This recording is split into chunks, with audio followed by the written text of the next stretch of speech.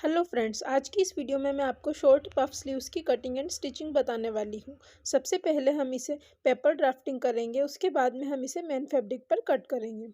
इसकी कटिंग करने के लिए सबसे पहले हमने न्यूज़पेपर लिया है, इसे हमें इस तरीके से डबल फोल्ड करते हुए रखना है। अगर आप इसकी कटिंग डायरेक्ट फैब्रिक पर करते हो तो आपको 4 फोल्ड में फैब्रिक को इस तरीके से रखना है। इसमें हमारी दोनों साइड की स्लीव्स कटिंग होकर तैयार हो जाएगी। इस तरीके से हमने अपने पेपर को भी 4 फोल्ड में करके रख लिया है। अब हम इसकी कटिंग करेंगे।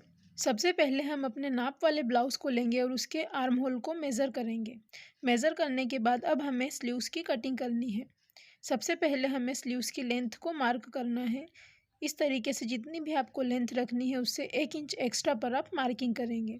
स्लीव्स की लेंथ मार्क करने के बाद जितने भी आपके आर्म होल आते हैं उससे आधा इंच आपको एक्स्ट्रा इस तरीके से नीचे से मार्क कर लेना है। उसके बाद में आपको एक स्क्वायर बॉक्स को बनाकर तैयार करना है। स्क्वायर बॉक्स बनाने के बाद में आपको इस तरीके से दूसरी साइड से 3 इंचेस अंदर की तरफ मार्क करना है। इस तरीके से मार्किंग करने के बाद जिस तरीके से हम स्लीव्स के आर्म होल की मार्किंग करते हैं उसी तरीके से आपको इसमें एक मार्क लगा लेना है। राउंड शेप में हम इसके आर्म होल को ड्रॉ करेंगे। इसके बाद में आपको नीचे से भी 2 इंच दोनों साइड से एक्स्ट्रा मार्किंग करनी है और नीचे तक आपको इसकी गोलाई को बनाकर तैयार कर लेना है। मैं अपनी मार्किंग को चॉक से डार्क कर देती हूँ ताकि आपको अच्छी तरीके से दिखाई दे। इस तरीके से हमें इसका गोलाई में शेप को ड्रॉ करना है। ये ऊपर जो हमने लाइन ड्रॉ की है ये हमारी स्क्वायर बॉक्स वाली लाइन है। मैं आपको इसे एक बार और समझा देती हूँ। सबसे पहले हमने अपनी स्लीव लेंथ से 1 इंच एक्स्ट्रा मार्क किया है, उसके बाद में आर्म होल से हाफ इंच एक्स्ट्रा मार्क किया है और स्क्वायर बॉक्स बनाकर तैयार कर लिया है। फिर हमने नीचे से 2 इंच एक्स्ट्रा लेकर हमारे जो स्लीव्स का आर्म होल बनाते हैं उस शेप में हमने ड्रॉ कर लिया है। अब हमें इसकी कटिंग कर लेनी है। हम इसे इस तरीके से सेंटर में से भी कट करेंगे ताकि हमारी 2 स्लीव्स कट हो जाएगी। हमें इसे डबल फ्रिल में बनाकर तैयार करना है। इस तरीके से हमारी बड़ी वाली फ्रिल बनकर तैयार है। अब हमें इसकी एक छोटी फ्रिल को बनाकर तैयार करना है। इसके लिए हम अपनी एक स्लीव्स को अलग रखेंगे और दूसरी वाली स्लीव्स को लेना है और इस तरीके से 2 इंच अंदर की तरफ मार्किंग कर लेनी है। पूरी स्लीव्स में हम इसी तरीके से मार्किंग करेंगे। मार्किंग करने के बाद जो हमारा गोलाई का शेप है उसी शेप में हमें इसको ड्रॉ कर लेना है।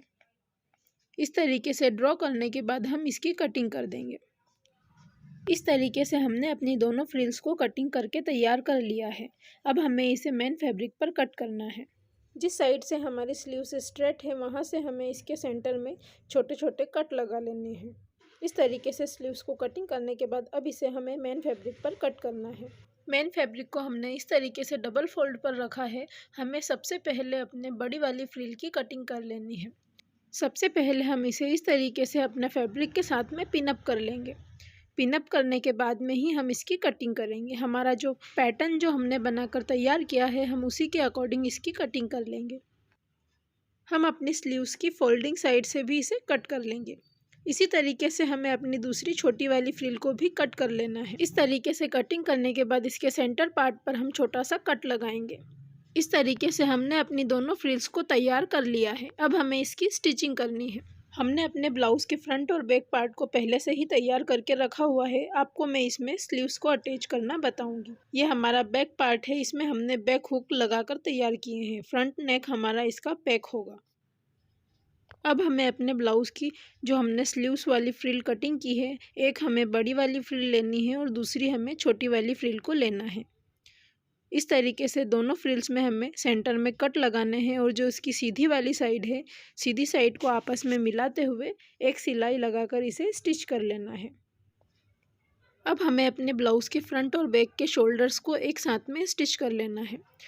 दोनों साइड के शोल्डर्स को हम अटैच कर लेंगे। एक्स्ट्रा फैब्रिक को हम कट कर देंगे। अब हमें इसमें स्लीव्स को अटैच करना है। जो हमारी सीधी वाली साइड है जिस पर हमने सिलाई लगाकर स्टिच किया है उसे हमें इस तरीके से हमारे आर्म होल के सेंटर को सेंटर से मिलाते हुए रखना है और पूरी स्लीव्स को इसमें स्टिच कर लेना है। हमें ध्यान रखना है कि जो हमारी सीधी साइड है उसी को हमें आर्म होल की साइड में स्टिच करना है। गोलाई वाली साइड में आप या तो पीको कर सकते हैं या आप चाहें तो उसमें स्टिचिंग भी कर सकते हैं। इस तरीके से हमने अपनी स्लीव्स को इसके साथ में अटैच कर लिया है। अब हम इसकी फ्रंट साइड में कमर वाली साइड में कमर पट्टी लगाकर इसे तैयार करेंगे। इसके लिए हमने अस्तर वाले फैब्रिक की 1 इंच की चौड़ी पट्टी ली हुई है। इसे हमें कमर वाली साइड में स्टिच करना है। इसके बाद में इसे अंदर की तरफ फोल्ड करके एक सिलाई इस पर लगा लेनी है। अब हम इसकी साइड फिटिंग करेंगे। इस तरीके से जो भी आपका फिटिंग की मार्किंग है उसके हिसाब से आप अपने ब्लाउज़ की फिटिंग कर सकते हैं।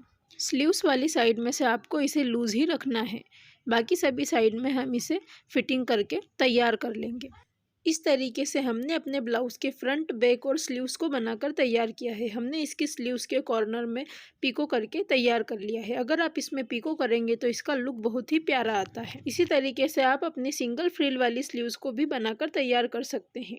अगर आपको हमारी वीडियो पसंद आई हो तो प्लीज़ हमारे चैनल को सब्सक्राइब करें और वीडियो को लाइक और शेयर करना ना भूलें। Thank you for watching.